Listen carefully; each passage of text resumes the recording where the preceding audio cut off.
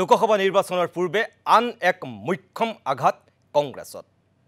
সাংসদ আব্দুল খালেকৰ কংগ্ৰেছ ত্যাগ AICCৰ সভাপতি মল্লিকাৰ্জুন খাৰ্গেলৈ পদত্যাগ পত্ৰ প্ৰেৰণ কৰিছে সাংসদ আব্দুল খালেকে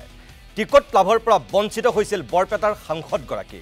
টিকট লাভ নকৰাত স্বাভাৱিকতে অসন্তুষ্ট হৈ আছিল জ্যেষ্ঠ নেতাগৰাকী বৰপেটাৰ সলনি ধুবুৰীত টিকট বিচাৰিছিল আব্দুল খালেকে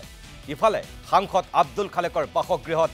হঠাৎ উপস্থিত হৈ গৈ APCCৰ সভাপতি ভূপেন বৰা খালেকৰ পদত্যাগ পত্ৰ উঠাই ল'বলৈ এক প্ৰকাৰ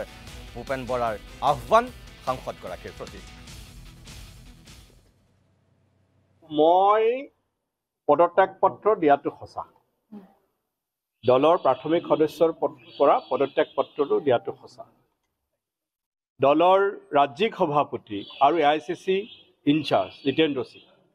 এই দুজনৰ বিৰুদ্ধে মোৰ স্পেচিফিক অভিযোগ আছে কিন্তু পাৰ্টিৰ শীৰ্ষ নেতৃত্ব মোক কিছু অনুৰোধ কৰিছে কিন্তু মই পদত্যাগ পত্ৰ দিয়াটো সঁচা তেখেতৰ সৈতে কেইটামান কথা পাতিছোঁ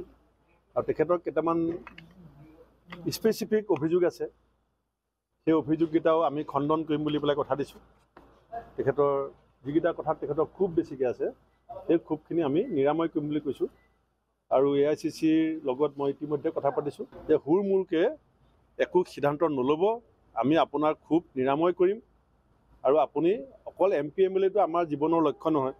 আজি ময়োতো একো নাই দলৰহে নেতৃত্ব দি আছোঁ গতিকে খালেক ডাঙৰীয়াক আমাৰ প্ৰয়োজন আছে আৰু মোৰ বিশ্বাস